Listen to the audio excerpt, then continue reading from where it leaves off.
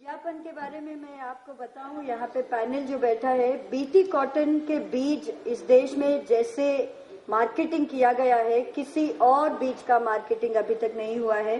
पंजाब में हमारे पास एक वीडियो भी है, नाचने वाले लड़कियों को लाके बीटी कॉटन का बीज वहां पे बेचा गया था। और ये मनसाराम जी जैसे बता रहे थे, मध्य प्रदेश के ऑफिशियल आंकड़े भी दिखाते हैं वहां पे बीटी कॉटन आने से पहले 6 साल का अगर एवरेज लेंगे यील्ड कितना था, और बीटी कॉटन आने के बाद 6-7 साल में यील्ड अगर देखेंगे 170 पर हेक्टेयर 170 किलो प्रति हेक्टेयर तक वहां पे गिरावट आई थी यील्ड की। रणछोड़ लाल जी अंजना जी है, पेटलावद तहसील से, झाबुआ जिले से आए हैं, वो बताएंगे। इन्होंने महिको के लिए अपना जमीन ट्रायल प्लॉट में दिया था बोलगा 2 के लिए, उसका तजुर्बा बताएंगे। मेरा नाम रणछोड़ लाल गोबा जी आंजना है। रणछोड़ लाल अंजना गोबा जी आंजना। क्या अंजना बीच में? आंजना। हाँ। टेमरिया। हाँ। तहसील पेटलावद। गांव टेमरिया है, तहसील पेटलावद है, जिला झाबुआ। पेटलावद जिला झाबुआ, हाँ, मध्य प्रदेश।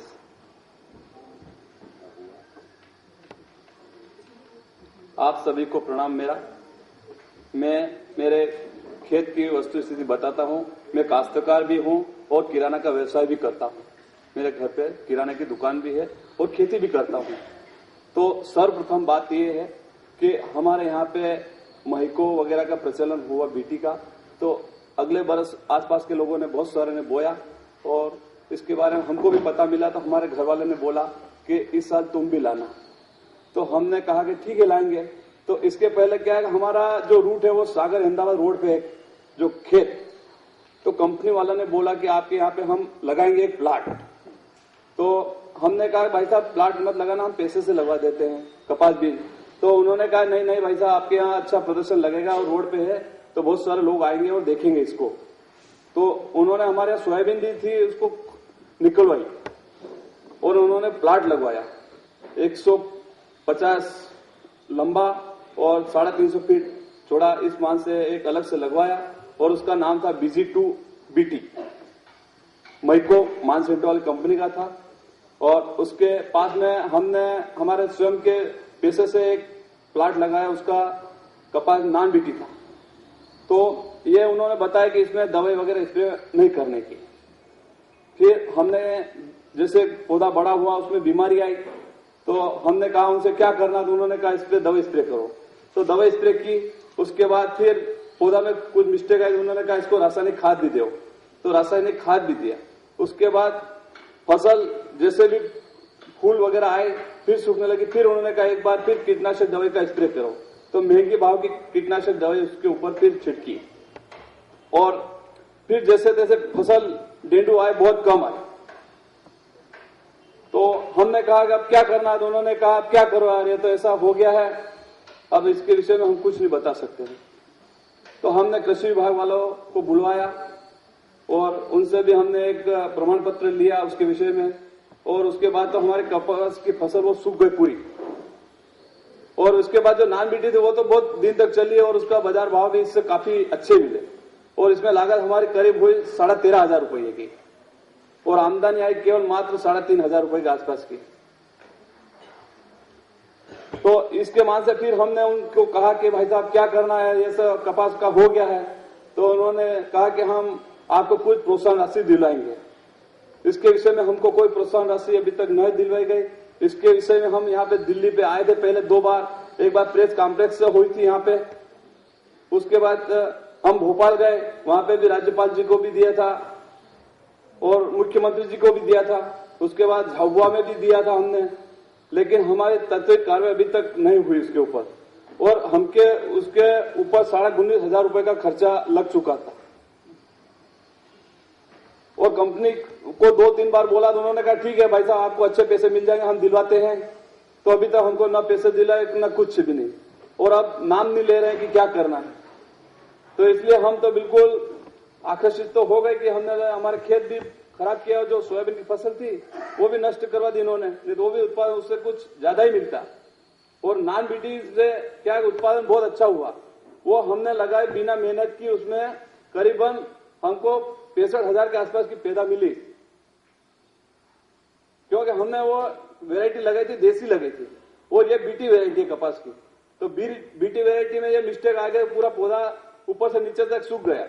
उसके विषय में हमने एक सीडी भी बनवाई थी, वो शायद यहाँ नहीं होगी, नहीं उसके ऊपर पूरी सीडी वगैरह बनवाई थी, उसका रिप्रेजेंटेशन भी किया था। यहाँ पे दिल्ली पे आके प्रेस कॉन्फ्रेंस किया, उन्होंने बताया था कि ऐसा ऐसा हो गया, हमको कुछ भी राहत सहायता दो तो नहीं दी। उसके बाद भोपाल में भी हमने बताया, राज्यपाल जी को भी दिया था, मुख्यमंत्री जी को भी दिया था, झाबुआ में भी दिया था, पर अभी तक हमको कोई राहत राशि नहीं मिली। इस वजह से हम वहां से अभी तक बीटी वाले वो कपास लगाते नहीं, नॉन बीटी लगाते हैं, उससे उत्पादन अच्छा मिलता है, क्योंकि हमारा ऐसा है कि नगद फसल है। और इसके बाद क्या है, मटर वगैरह हो जाती है। अभी मटर बोए हमने 2.5 क्विंटल के आसपास बोई है मटर, तो बहुत अच्छी है। एग्रीमेंट था उसके साथ? हाँ सर, एग्रीमेंट था कुछ लिखित? हाँ था सर, लेकिन वो क्या अभी तो मैं ला नहीं पाया हूँ, लेकिन हाँ है, पूरा है एग्रीमेंट, पूरा है। हाँ है, और आपका एग्रीमेंट है? हाँ है एग्रीमेंट। कौन से साल की बात है? ये सर 2005 की बात है सर। इसमें और एक बात जोड़ने की बात है, इनके ट्रायल प्लॉट ये सब इन्वेस्टिगेट करते हुए हम जब हमने अपना रिपोर्ट निकाला, हमें ये पता चला जब ये ट्रायल्स कर रहे हैं किसी एक वैरायटी का, जहाँ पे खराब होता है उसको छोड़ ही देते हैं। They collect the data only from good plots, उसी का एवरेज करके रेगुलेटर्स को दिया जा रहा है। इनका प्लॉट में डेटा रिकॉर्डिंग, विजिट, सब कुछ उन्होंने बंद कर दिया जब से खराब हो गया था। ऐसे कई सारे प्लॉट्स हमें मिले थे। वहां से अभी तक वो ऐसा हल्का बीज दे नहीं रहे हैं, और कंपनी वाले हमसे डर रहे हैं, आ नहीं रहे हमारे पास कोई भी कि आप ऐसा आप लगाओ, इसके विषय में बातचीत भी नहीं कर रहे हैं। और हमने अभी भी कहा, अभी 10-12 रोज पहले भी कहा कि भाई साहब हमारे कुछ पैसे तो दिलाओ, आपने कहा था तो हाँ दिलाएंगे सर, दिलाएंगे आपको। पर जैसे मैं पहले दिल्ली आया था तब उस समय उन्होंने बोला था कि आपको हम, जैसे दिल्ली से गया मैं प्रेस। दूसरी बात पूछता हूँ, थोड़ा सा नाराज मत हो। हाँ नाराज नहीं हो रहा। देखो, आपको 13,000 का नुकसान हुआ। हाँ सर। उसके लिए आप दिल्ली में एक प्रेस कॉन्फ्रेंस लिए, हाँ सर, राज्यपाल को लेटर दिए, हाँ सर, सीएम को मिले, भोपाल गए। हाँ सर, इसमें तो ज्यादा खर्चा आया होगा। वो सर खर्चा तो आया, लेकिन क्या सर इसके बदले से दूसरे काश्तकार का नुकसान नहीं हो सर। 13,500 रुपए के लिए आपने इतना सारा लिया, जाने आने का खर्चा, रहने का खर्चा, ये तो तकरीबन 20-25 हजार। हाँ तो वो तो सर बढ़ गया, लेकिन उसके बदले दूसरे काश्तकार को नुकसान नहीं हो सर। बात ये है हमारी। हाँ सर,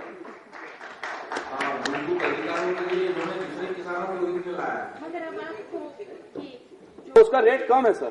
कुछ लोग कह रहे हैं कि नॉन बीटी बीज बिल्कुल नहीं मिल रहा है सर, कौन कह रहे थे? पर इनको मिल रहा है। तो मैं कह रही हूँ कि आपके एरिया से जो महाराष्ट्र से भाई लोग कह रहे थे कि अब नॉन बीटी मिल ही नहीं रहा, शायद आपको। हाँ सर, उसमें क्या है, डीसीएच वेरायटी है नहीं, जो डीसीएच वो नॉन बीटी है। और ऐसा है कि अभी तो यह बीटी काटन जैसे एमसीएच वगैरह की वेरायटी है, ये भूरिया कपास बोलते हैं, इसका बीज बिल्कुल नहीं मिल रहा है। डीसीएच वगैरह की वेरायटी है जो वो नॉन बीटी की मान से चल रही है, उसमें भी बीटी आ गई बहुत सारी इस बार भी, लेकिन नॉन बीटी हमारे यहाँ अभी तक चल रही है। उसके भाव 5200 रुपए क्विंटल हुआ। ये सरकार दे रही है आपको डीसीएच वाला? नहीं, सरकार नहीं दे रही है, कंपनियां ही दे रही है। अच्छा। हाँ, और उसका भाव 5,200 रुपए क्विंटल इस साल बिका, और एमसीएच का भाव 3,200 रुपए क्विंटल बिका। मैं तो कपास का व्यवसाय भी करता हूँ, बहुत खरीदता हूँ और बेचता भी हूँ।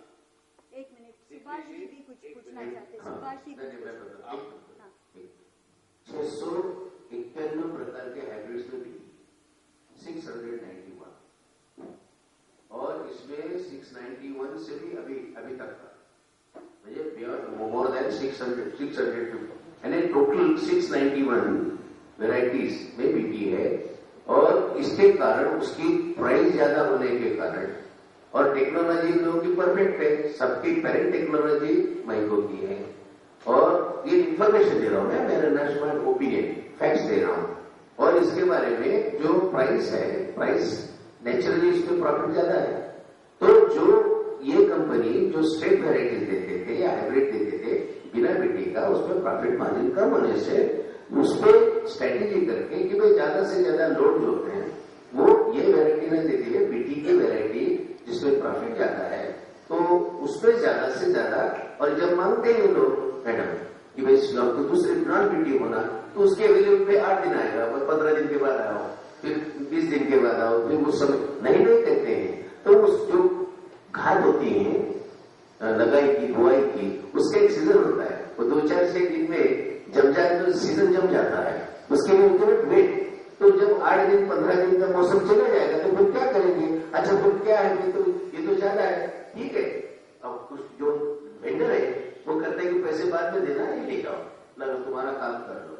This way also the business in rural area is happening. Subhash ji, अब मैं थोड़ा इतना ही कहना चाहूंगा, आपने अपने मूलभूत अधिकारों के लिए जो लड़ाई लड़ी, उसमें आपको जो खर्च हुआ, आपकी जो हानि उठानी पड़ी, वो हानि नहीं थी, वो सब किसानों के अधिकारों का जतन था, इसीलिए आप धन्यवाद के पात्र हो। साथ में हम ये भी कहना चाहेंगे कि फसल हमारे पास एक कपास ही नहीं है, हमारे पास अनगिनत फसलें हैं, उन फसलों का चयन करके भी हम अपने आप को बचा सकते हैं। धन्यवाद। धन्यवाद। 2-2 मिनट में प्लीज आपका बात आप खत्म कीजिएगा। गोविंद गहलोत जी है। आपको आपके मुख से निकलने के लिए मैंने 13,000 का मामला उठाया। 13,000 के लिए आपने 25,000 क्यों खर्चा किए? नहीं, ये तो काफी बड़े एक्टिविस्ट बन गए। मोनसांटो तो डरते हैं, अगर ये कुछ स्टेटमेंट कहीं देते हैं, उनका PR एजेंसी उसका रिजॉइंडर देने लगा है, हमें वो भी पता है। गोविंद गहलोत जी है रूपगढ़ गांव से, झाबुआ जिले से, वो अपना एक्सपीरियंस BT कॉटन का बताएंगे। गोविंद गहलोत,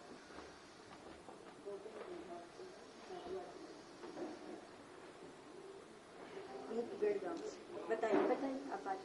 मैं गांव रूपगढ़, तहसील पेटलावत, जिला झाबुआ, मध्य प्रदेश का निवासी हूँ। कोई नहीं, करेंगे। हाँ, ठंड बहुत लगती है दिल्ली में, इसलिए बोल नहीं पा रहा हूँ। नहीं, वो अच्छे। हाँ, हाँ, तो BT कॉटन के बारे में। गाँव रूपगढ़। हाँ, गांव रूपगढ़, तालुका पेटलावत। पेटलावत। तो पेटलावत की और भी कोई? हाँ, पेटलावत, हाँ, जिला झाबुआ, MP।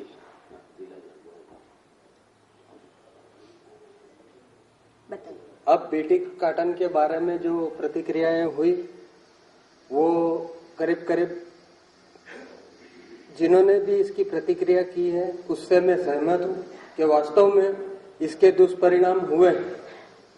ज्यादा समय बर्बाद नहीं करते हुए मैं ये कहूंगा कि BT कॉटन से जब मैंने पहली बार लगाया, हमारे आसपास वालों ने बोला कि यार आप ये BT कॉटन क्यों नहीं लगाते, इसके परिणाम अच्छे हैं और इससे माली हालत सुधरती है, तो आप ये लगाइए। मैंने कहा कि यार इतना महंगा बीज तो मैं नहीं ला पाता हूँ, क्योंकि मेरा कोई साइड बिजनेस तो है नहीं, केवल कृषि का काम है और मैं स्वयं कृषि करता हूँ। तो मैंने कहा कि यार इतना महंगा बीज ला के मैं नहीं करना चाहता हूँ। तो हमारे भाई साहब जो RRB ग्रामीण बैंक में सर्विस करते हैं, उन्होंने बोला मेरे से पैसा ले जाइए आप और बीज लाइए और ये लगाइए। तो मैंने महंगी खेती की, तो उसका दुष्परिणाम क्या हुआ कि मैं बीज खरीदने गया पेटलावत बीज खरीदने गया, तो वो बोले कि ये बीज तो यार अब खत्म हो गया है। दुकानदार बोला कि इसका मतलब यार ब्लैक में आपको मिल सकता है, मैं दूसरे से दुकानदार से मंगवा सकता हूँ।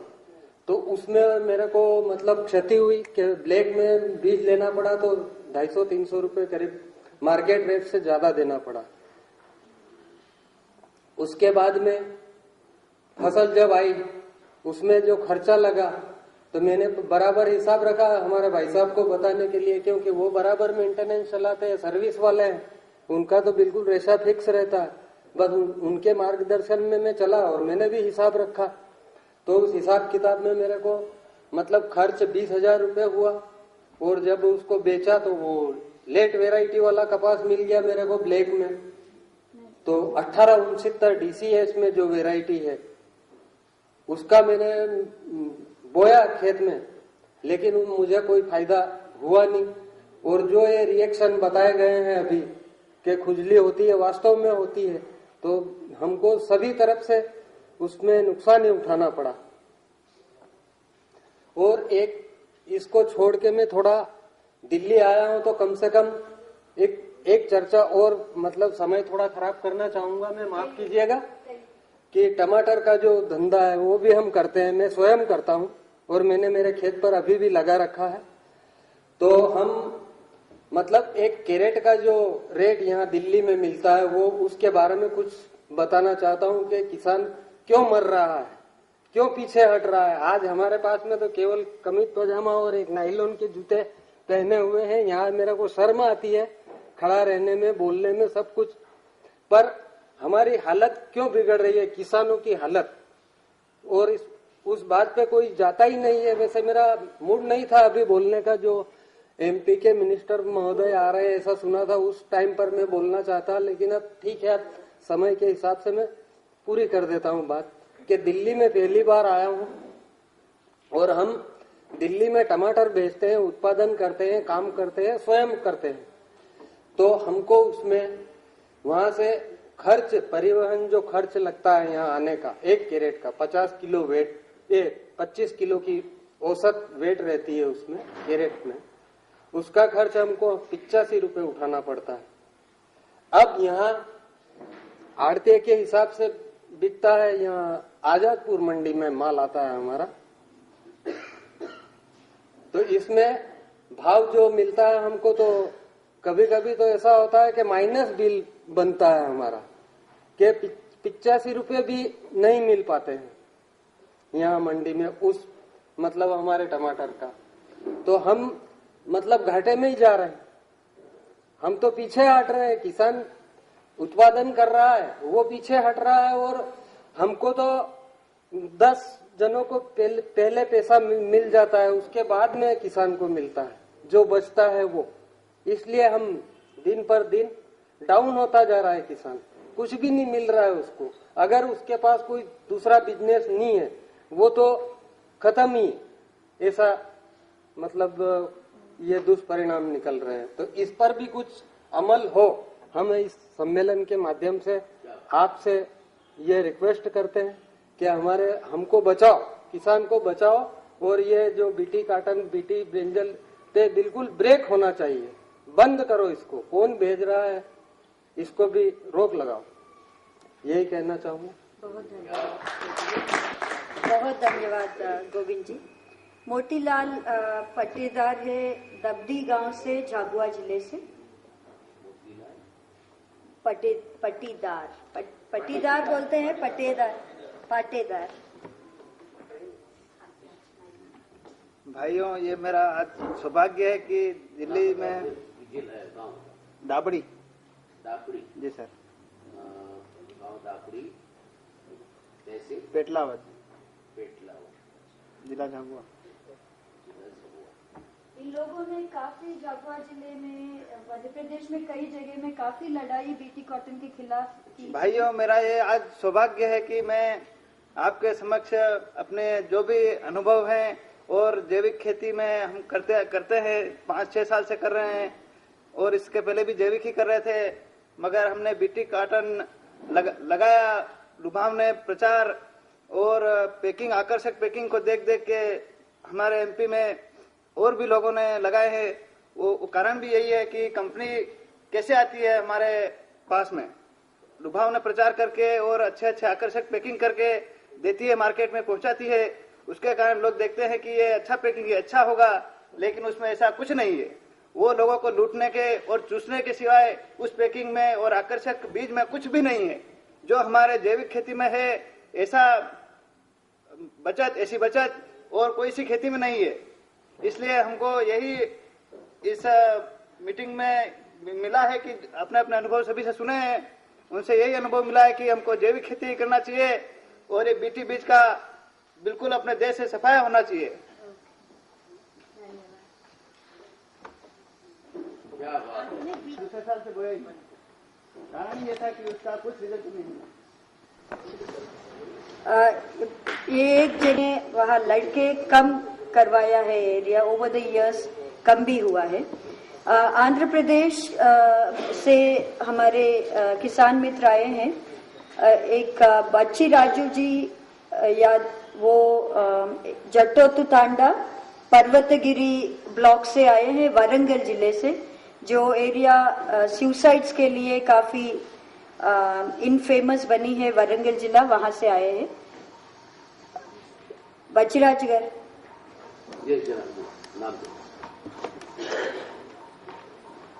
सागरी you will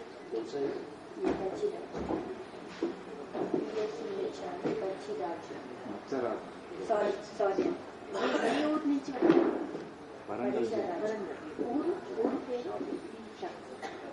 The village is Shahpur, the Mandala is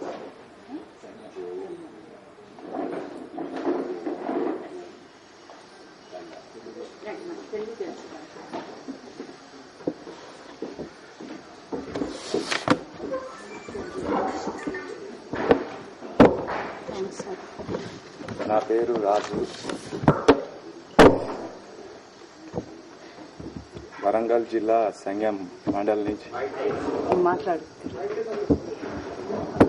మంచిగా అందరూ మన వాళ్ళే, మంచిగా భయం లేకుండా గట్టిగా. నా పేరు రాజు, వరంగల్ జిల్లా సంగం మండలం షాపురం గ్రామం నుంచి వచ్చాను.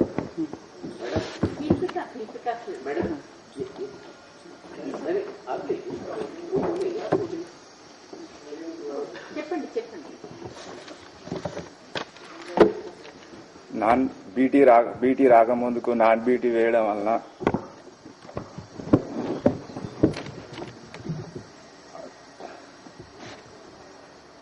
లాభదాయకంగా ఉండేది. బీటీ పత్తి వేయక ముందుకు.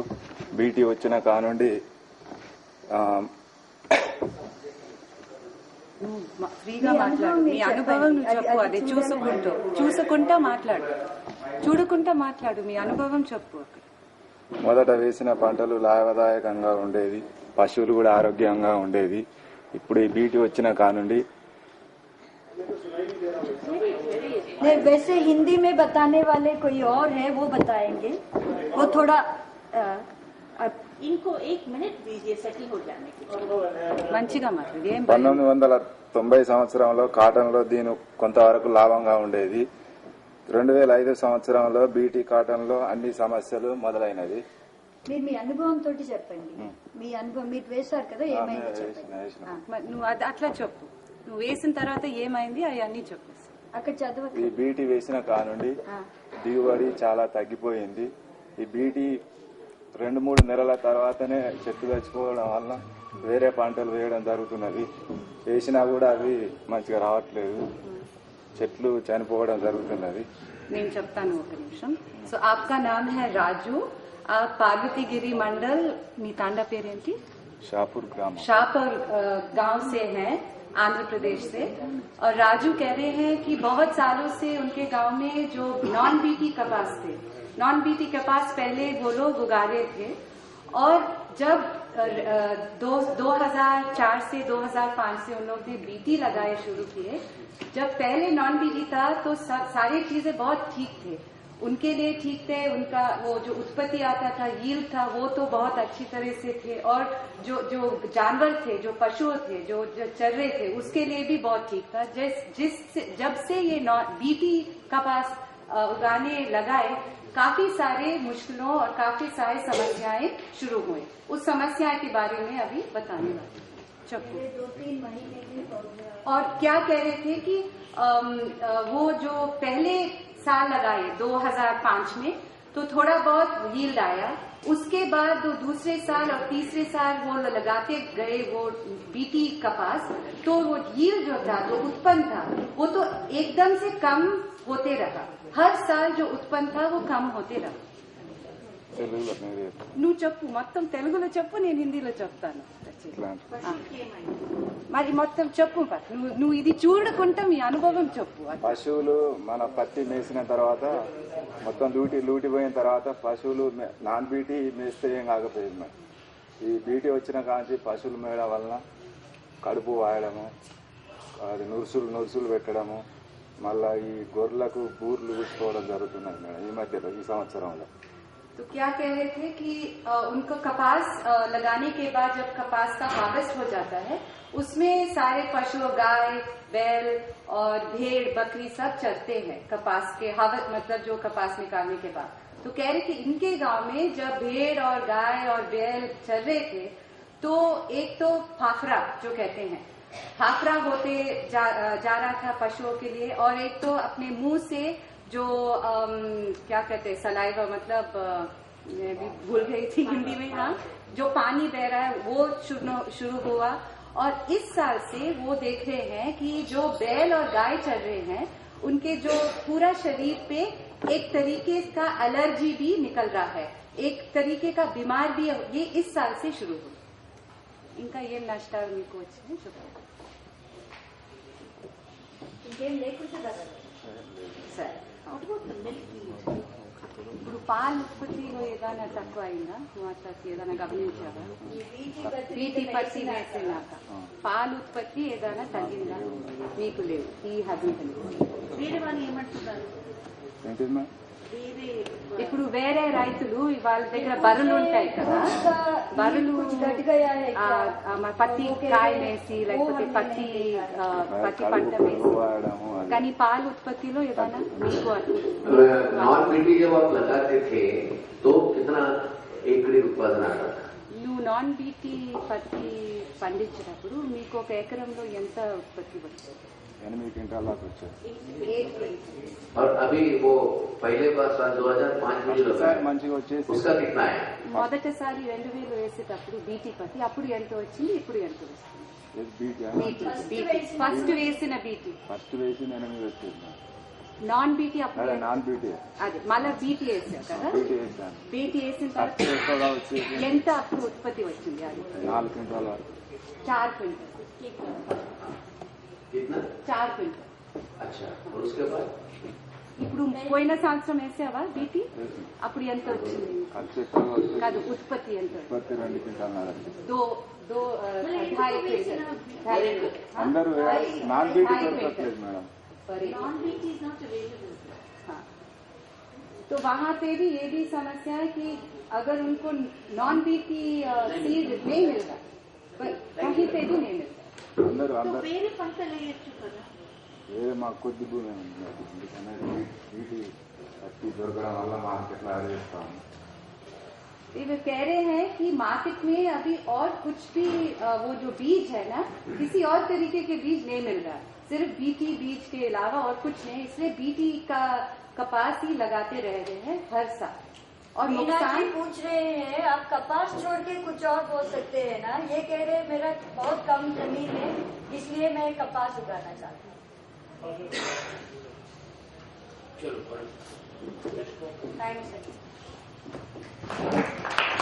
इसके बारे में बताएंगे. మీ తెలుగులో చెప్పండి అమ్మ.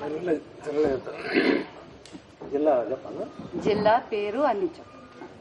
అది గుమ్మడేలి గ్రామం, కొంచెం దగ్గర గుండవేలి గ్రామం, లింగలగనపురం మండలం, వరంగల్ జిల్లా. నా పేరు ఎల్ప్లే యాదవ్. मेरा नाम है यरकुला यादయ్య. నా పేరు ఎల్ప్లే యాదవ్. నేను చెప్తాను హిందీలో. గుమ్మడివల్లి విలేజ్, లింగా గన్పూర్ మండల్, వరంగల్ డిస్ట్రిక్ట్. మేము గొర్రెలు కాస్తాము, మరి వ్యవసాయం చేస్తాము. మా ఊళ్ళో 3,000 ఎకరాలు ఉంటాయి గొర్రెలు. అయితే అవి ఈ బిడ్డు పత్తి వచ్చిన కాడికి ఇప్పుడు 2005 నుంచి బిడ్డు పత్తి వచ్చింది. అంతకుముందు నాన్ బిడ్డు ఉండే మాది, అప్పుడు కూడా చేను పత్తి తీసుకున్నాక వేసేది గొర్రెలు, ఎలాంటి ప్రాబ్లం లేకపోయింది. ఈ 2005లో వచ్చింది బిడ్డు పత్తి. అయితే మేము ఈ సంక్రాంతి పండుగ అయినాక ఈ బీటీలు కొట్టిపోయినప్పటికీ పత్తి తీసుకున్నాక గొర్రెలు మేపుతాం. గొర్రెలు మేపితే యథావిధిగా ఎప్పుడు మేము నడిపోయింది మేసి ఆ పత్తి మేసి ముందుగా ముక్కోటి చీమిడి ముఖం నల్లగా అవడం. అయితే అట్లా 2 రోజులు మేసి 3వ నాటికి ఆ కడుపుకి ఒకటి చనిపోవడం ఇట్లా జరిగినాయి. నేను చెప్తాను. तो यादయ్య कह रहे हैं कि 205 तक उनके गांव में नॉन बीटी पत्ती, नॉन बीटी कपास गांव में वो ही था, और उसके साथ साथ भी अलग अलग तरीके से वो लोग मतलब दाल और अलग अलग के क्या कहते हैं क्रॉप्स भी थे. और जब उनके पास उनके गांव में 3,000 भेड़ है और यादया भी उनके पास भेड़, उनका प्रोफेशन वो भेड़ चराते हैं और खेती भी करते हैं। और ये 3000 जो भेड़ थे, ये कपास का हार्वेस्ट के बाद ये भेड़ जब नॉन बीटी कपास पे चल रहे थे तो कुछ भी नुकसान नहीं था, ठीक से चलते थे, ठीक से उनके कोई भी बीमार भी नहीं आती थी।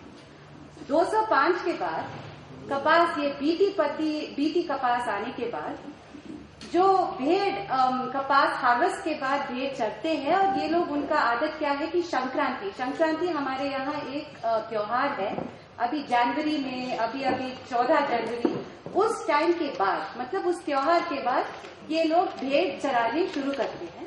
वो कह रहे हैं कि भेड़ चराने, ये बीटी कपास पर चराने के बाद ज्यादा बीमार शुरू हुए। वो कह रहे हैं कि 1-2 दिन चरने के बाद पहले क्या होता है कि नाक से पानी निकल आता, उसके बाद खांसी शुरू होता, उसके बाद अगर और कुछ 3-4-5 दिन के लिए चरते हैं तो पूरा फेफड़ा, वो पेट में फूल जा, वो शुरू होता है।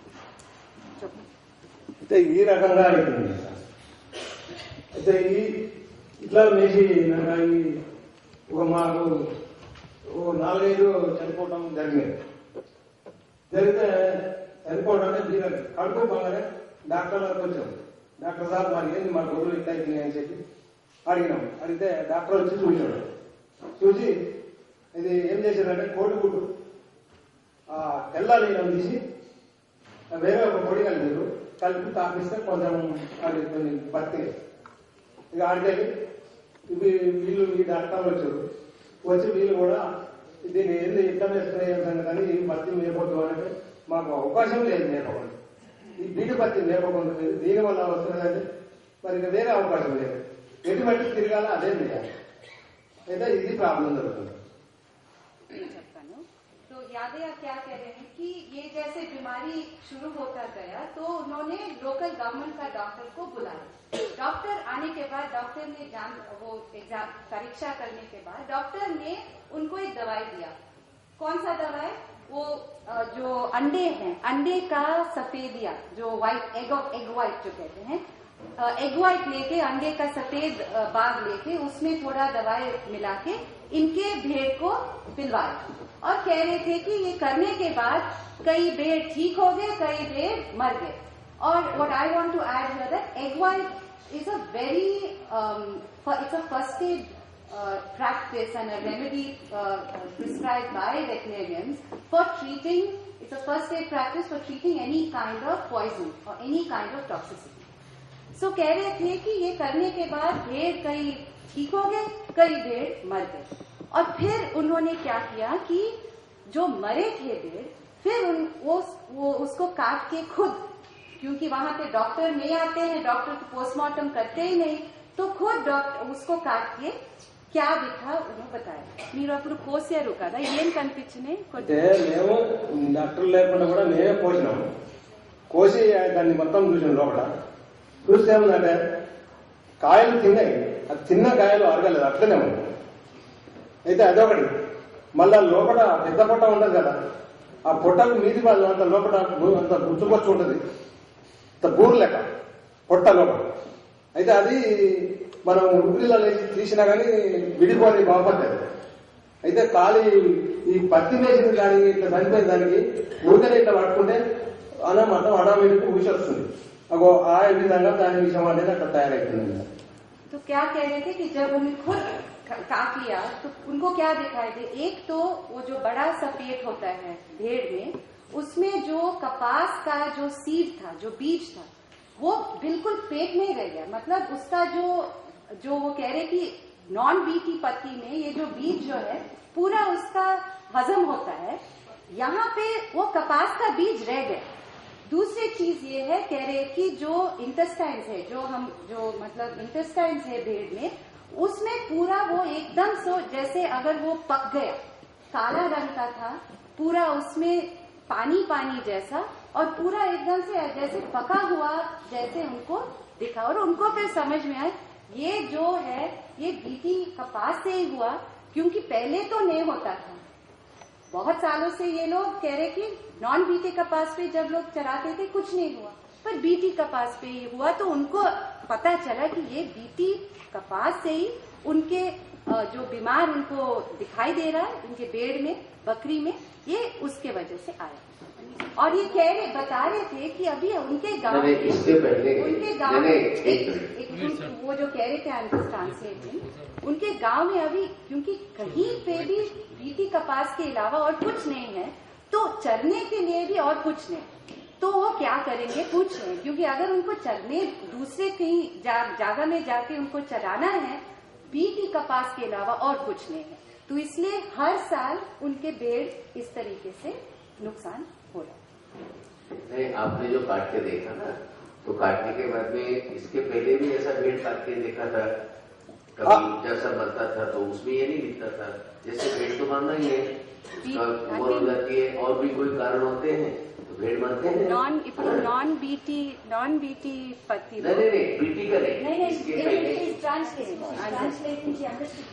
ఇప్పుడు ముందు ఇటువంటి మన బీటీ పత్తి లేదు కదా, అప్పుడు కూడా మన గొర్రెలు చనిపోయేటప్పుడు మీరు కోసి చూసారా? ఈ విధంగా ఎప్పుడైనా కనిపించినాయా మీకు? కనిపించిన లోపల లక్షణాలు? అయితే మేము ఎప్పుడైనా చనిపోతే ఎవరికి ఇయ్యం, మేము కోసుకుంటాం, మేము కోసుకొని మేమే తింటాం. అయితే అప్పుడు మేము లోపల ఏమైతుంది అనేది కోసి ప్రతి దానికి ఏది చనిపోయినా కానీ మేము చూసుకుంటాం. చూసుకొని ఆ ఉత్పన్నం ఎవరికి ఇది మృదాలు ఈ అలాలు చేసి తినాలి అట్లాంటి ఇబ్బందులు మాకేం లేవు. అయితే మేమే కోసుకొని తింటాం కాబట్టి దాన్ని కోసి దాని లోపల ఏం జరిగింది, దీంట్లో ఏమో ప్రాబ్లం ఏమవుతుంది అనేది మేము ప్రతి దాన్ని కూడా చూస్తాం. సో మీరు అయితే బీటీ పత్తిలో కనిపించిన లక్షణాలు ముందు ఎప్పుడు? అయితే ముందు అంటే మేము ముందు మామూలు కసరు మామూలుగానే ఉండేది. అయితే కసరు ఉండదట మొత్తం ఇదిగా. అయితే దీని వచ్చి ఏమైందంటే కడుపు మీద కారణం ఏంటనుకో, కోసి చూస్తే కాయలు ఉన్నాయట, అవి అరగటం లేదు, అదొకటి. మళ్ళా ఈ లోపల పొట్ట ఉంటుంది కదా, ఆ పొట్ట మీద ఎప్పుడైనా కోస్తే గట్టిగా ఉంటుంది, ఉడికినీళ్ళు లేచి రాకనే పోయింది. దాన్ని కోసి దాన్ని కడిగేటప్పటికే ఆ పొట్ట మీద ఉన్న బొచ్చు అది ఉంటుంది కదా మీద లోపల, అది ఉడికినే వెళ్ళిపోతుంది. అంటే అరే ప్రాబ్లం ఏమైంది, ఇట్లా బీటీ పత్తి అంటుంది, ఇదేమో విషయం ఉన్నట్టుంది, ఇది దీనివల్ల అయిపోతుందని వాళ్ళ రెండోసారి కూడా మేము రైతులకు డాక్టర్లో చూసి వాళ్ళని అడిగితే అరే ఈ పత్తి ప్రాబ్లం అని ఈ డాక్టర్లు వచ్చి పరీక్షలు కూడా చేసింది. ఇది మాది లెక్క. రెండోది ఇది తప్పితే ఇంకో దాన్ని నేర్పకుండా ముందు ఏం చేసేది, బీటీ పత్తి రాగడే ముందు పెసలు, పల్లికాయ, కందులు ఇట్లా మధ్యన పెట్టుకొని కొన్ని పంటలు, నువ్వులు ఇట్లాంటి పంటలు పండించేది.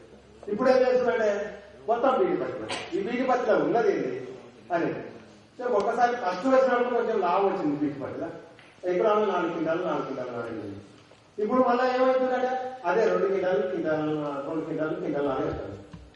ఇలా మా అంతా పెద్ద లాభం లేకుండా కానీ మాకు తిరగడానికి తోడైతే ఇంకో రుచి లేదు.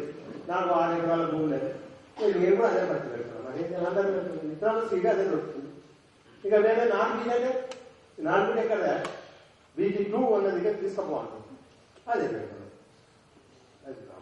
यादव कह रहे कि पहले से उनका जो मतलब भेड़ बकरी चराने वाले जो उनका जो भी एक पशु अगर मर जाता काट के वो लोग देखते, तो क्या कह रहे हैं कि ये जो स्पेशल जो एक वो जो लक्षण जो दिखाई गया बीटी पत्ती के बीते कपास के बाद जो मरे वो भेड़ पहले कभी नहीं दिखाई। पहले जो जब मरे थे भेड़ इस तरीके के जो सिम्टम्स उनको दिखाई दिया पहले नहीं, और वो खाते भी, और वो जो भी भेड़ मरते हैं वो उनको दिखाया अच्छा ये बीमार से मर गए और वो खाते भी हैं। अभी वो जो भेड़ है वो अब खाते हैं क्या, ये जो मरने वाले खाता है? లేదు ప్రశ్న ఏంటంటే బీటీ పత్తితో మరణించిన గొర్రెలు, చనిపోయిన గొర్రెలు అవి మీరు తింటారా? ఏ గొర్రె దగ్గర తింటారు. అది బీటీ పత్తి కానీ పాము కలిసి చనిపోయిందైనా దెబ్బలాగి చనిపోయిందైనా తింటారు.